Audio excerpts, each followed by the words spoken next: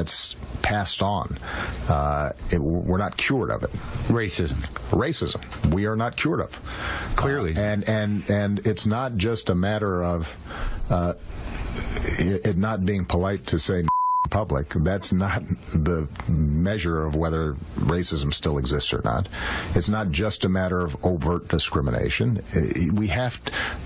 Societies don't overnight completely erase everything that happened 200 to 300 years prior. 888-971-SAGE, 888-971-7243. Larry Elder, ReliefFactor.com studio on this Phone a Bro Friday. Can you beat Kirk Friday?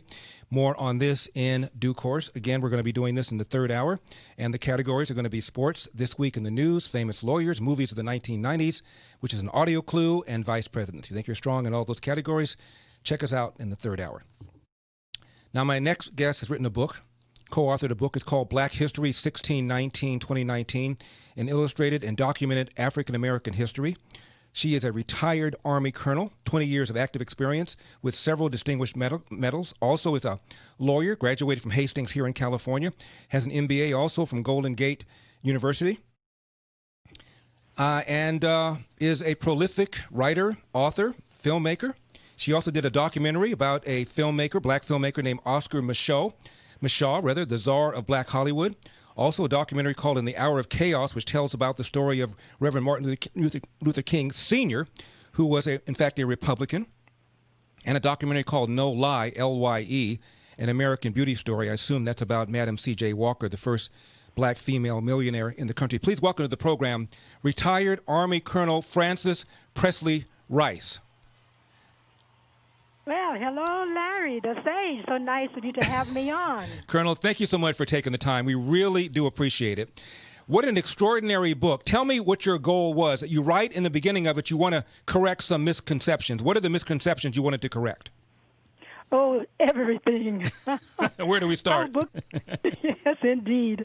Our book is designed to put the entire 400-year history of the black experience in one place, bringing to light hidden black history for our current and future generations. And the film that I'm producing, called Black Seeds, is a two-part epic that puts the history into a visual format and is inspired by our book. Mm-hmm. Frances, a number of questions I want to ask you about. But I want to start with the end of your book, if we could. Because you talk about this attitude that blacks have voted for the Democratic Party on most issues, but you point out that blacks don't agree with the party on most issues.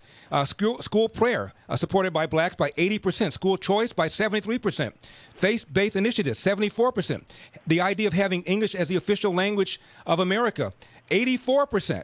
And you write, quote, it's as though they are in a political dance with a partner with whom they have little in common, end of quote. Absolutely, and I love the way you pull this together also in your film, Uncle Tom.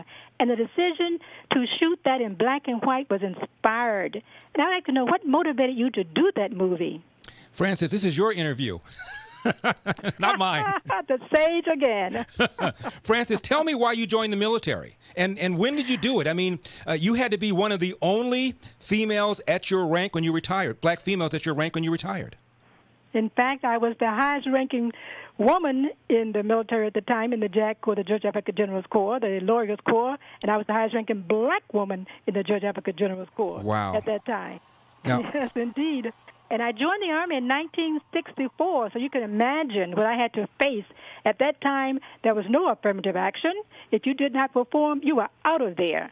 So by the time I retired in 1984, 20 years later, I had shown them that the fact that I was born in poverty with very little to eat and hardly any clothes on my back, I could rise from that level of poverty to becoming the highest-ranking woman, highest-ranking black woman in the Georgia African General Corps and getting the Legion of Merit, the highest medal that could be afforded to the second highest one that could be afforded to a non-combatant. My guest is retired Army Colonel Frances Presley Rice. Frances, tell me where you're from. Tell me about your background, your parents. Oh, yes, indeed. I'm from Atlanta, Georgia, and I'm being born in 1944. I'm no spring chicken. I was born at a time when it was the Democrats who were the ones who were sicking those fire hoses and dogs on the black people. We, at that time, knew that it was the Democrats who were denying us our civil rights, and in fact, most blacks at that time, particularly in that area, were Republican, as was Dr. Martin Luther King Jr. and Martin Luther King Sr. Mm-hmm. Now, Francis, you're from Atlanta, so that means you must have gone to the Ebenezer Church several times. Indeed, I did. And I also participated in the civil rights movement as a teenager.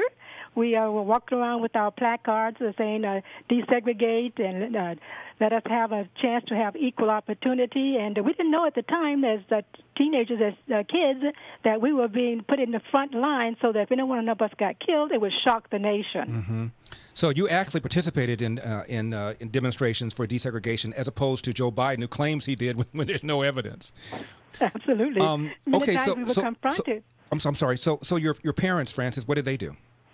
Yes, my mom and dad we had 5 kids, and at the time we were so poor we had very little to eat, and so we decided, at least my parents did, that in order for us to be able to survive, we had to get father out of the house so we can get what little welfare crumbs they could give to us. But my mom said to us, "You were born poor, but you don't have to die poor. So if you get a good education, what they put into your head, no one can take away." So even under extreme circumstances, the 5 kids did very well, thanks to Mom encouraging us. And 3 of us got advanced degree, 2 of us got graduate degrees, and we ended up being something that is the American dream. It would not have been possible were it not for the fact that America is not a racist country. Francis, your father? We never knew what happened to him. He disappeared, and it's been a sad thing, and we've always wondered. But he made a sacrifice for his family. At that time, black men could not get employment. And my mom had to work in 2 jobs in order to make sure that we had something to eat. And I had to go to school during the day, come home at night, have to take care of my 4 siblings, and study, plus take a job after I'd done all of that, and then come home dog-tired, do my homework, and then go back to school the next day. I graduated at the top of my class. Francis, we're going to take a break. We're going to take a break. When we come back, I want to ask you why you joined the military. Lieutenant Army Colonel Francis Presley Rice is my guest. Do not leave town.